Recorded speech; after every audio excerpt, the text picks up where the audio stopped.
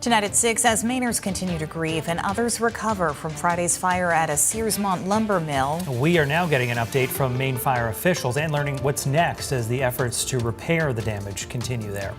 And a community here in Maine feeling shaken up now after a shooting in South Carolina. What we know about the victims who are currently in the hospital and their ties to the state of Maine. Plus, this wasn't just a couple of rogue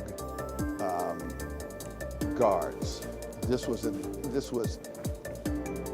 a policy. This was the Maine Youth Center custom. A youth development center in southern Maine facing a lawsuit now with the 9 adults who once stayed at that facility are now alleging.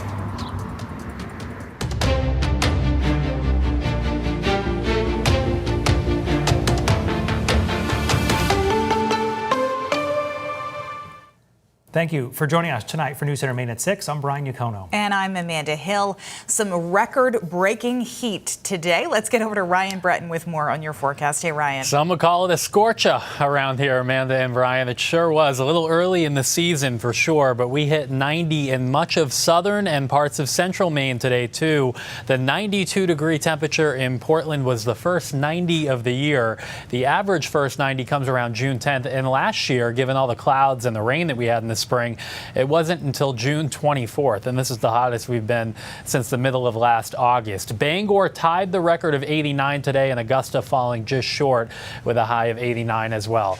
Not much out there in Maine at the moment. A few showers departing down East Maine, and there are storms to our south that are clipping the far southern part of York County with a few raindrops right now.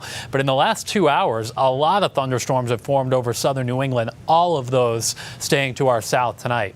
Dew points right now are on the way up, actually, and that means that tonight is going to be a mild and muggy night. Our temperatures not dropping much at all. Expect low temperatures in the 60s in most spots tonight, and one more hot day tomorrow. We'll talk about the big changes ahead for the end of the week in a few minutes.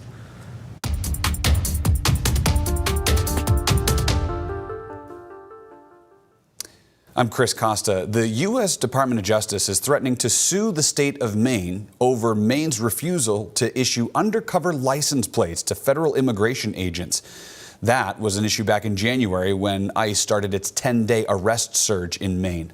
Well, Maine Secretary of State Shannon Bellows had made that decision to deny the plates. At the time, she told us she did not want to enable the federal government operation. Well, now the Justice Department is demanding Maine rescind that policy of not giving out unmarked license plates by this Friday, May 22nd. That's according to a letter obtained by News Center Maine.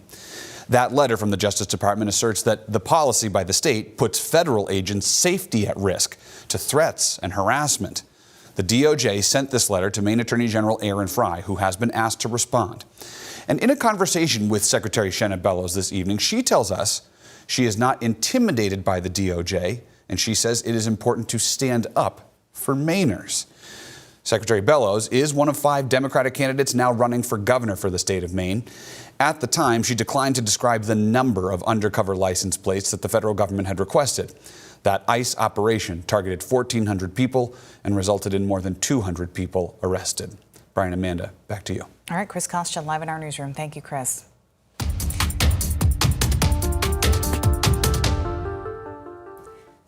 The state continues to investigate the fire at Robbins Lumber in Searsmont on Friday. We did receive an update just this afternoon from the lead investigators. Our Christian Harsa joining us live tonight with more. Hi, Christian. Hi, Brian and Amanda. I'm standing in front of the Searsmont town office where the ATF agents and the Maine Fire Marshal's office have made their home base in the first floor of this building behind me.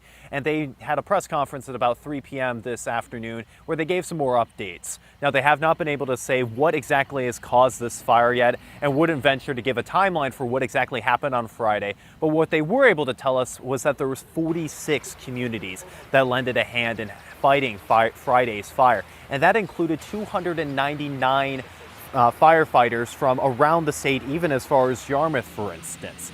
ATF personnel have been on site since Saturday morning, and between the Fire Marshal's office and ATF, there are more than 45 people investigating. Earlier today, I spoke with the head of the ATF station in Boston, asking him more about the national response team that is working on this investigation here in Searsmont.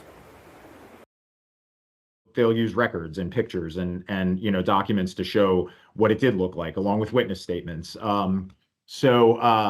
They go in and they start recreating that scene. And then what they'll do is, once it's thoroughly documented, they will then process that scene. The chief investigator here on site said that the most analogous fire in recent Maine history is that 2019 Leap Incorporated fire that happened in Farmington that killed one person. As for the current timeline for the on-site investigation, here's a rough timeline for what he gave earlier. We're hoping to, have it wrapped up in days, but wherever it leads us, we'll take it from there. We have the resources on site, and we're going to keep. ATF is committed to staying here as long as it takes to figure out what's going on. He also said that tomorrow the fire marshal's office are going to have a crane on site to start removing some of those larger pieces of that silo to be able to get deeper into the scene here, to be able to figure out what happened on Friday. In Searsmont, Christian Harsa, News Center, Maine. We've learned that Andrew Cross's memorial service is scheduled for Friday, according to his obituary. The obituary describes him as an outdoorsman and someone who was active in his community, who came from a large, loving family. There will be a public visitation Thursday from 5 to 8 at the Posta Funeral Home in Belfast. The family asked that instead of flowers, any donations be made to the Morrill Fire Department in Andrew's name. Governor Janet Mills also ordering flags to be lowered in his honor on Friday. On Thursday, all U.S. and state flags will be lowered across Maine. Governor Mills says it's in honor of Gerald Talbot and Maine Game Warden Joshua Tibbetts. Talbot, who died earlier this month, is Maine's first black legislator and founding president of the NAACP. Tibbetts is the warden who was killed while on the job last Tuesday during a plane crash in Avon. State leaders say funeral services will be held for both men on Thursday. The ceremony for Talbot will happen in Portland, while Tibbetts' funeral is scheduled for Bangor.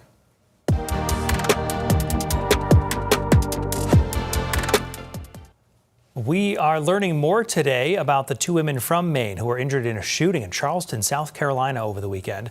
Charleston police say one person was killed, 3 were shot in total following an argument outside a restaurant Sunday.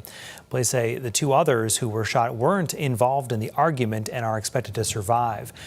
Joanna Witherell, owner of Jibe Cycling, has identified the 2 as Kerrigan and Julia, both spin instructors at Jibe's Yarmouth and Portland locations. Witherell says the 2 were visiting Charleston for the weekend. Now, both are recovering at the hospital. Witherell says the shooting, though, has shaken up their entire Jibe community. We're rooting for the girls. They're really strong. They're in great care, and I think right now we're just trying to figure out how to, support each other, and that also support the girls as much as we can. GoFundMe pages have been set up now for both Julia and Kerrigan. We'll have links to those at newscentermaine.com. Both fundraisers say the money will help to cover medical expenses and support their recovery.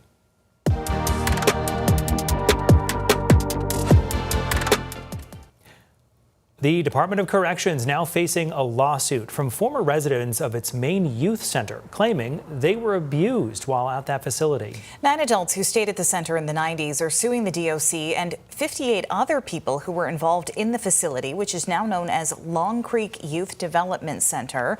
News Center Maine's Sam Olson breaks down the court documents. This wasn't just a couple of rogue guards. This was a policy. This was the Maine Youth Center custom. Attorney Tom Hallett says his clients endured abuse and were fundamentally tortured while they stayed at the Maine Youth Center back in the 90s. The kids, when they get there, they're told that they have no rights, that all their rights have gone away. The lawsuit, filed on Friday, names 59 defendants, including psychologists, supervisors, counselors, and the Department of Corrections. Court documents detail how plaintiffs were beaten, sexually assaulted, and locked in isolation for months at a time. I mean, this is us. We're the people that run the Maine Youth Center, right? It's the state of Maine. So this is the citizens of the state of Maine torturing its young. And we've all got to be aware of that.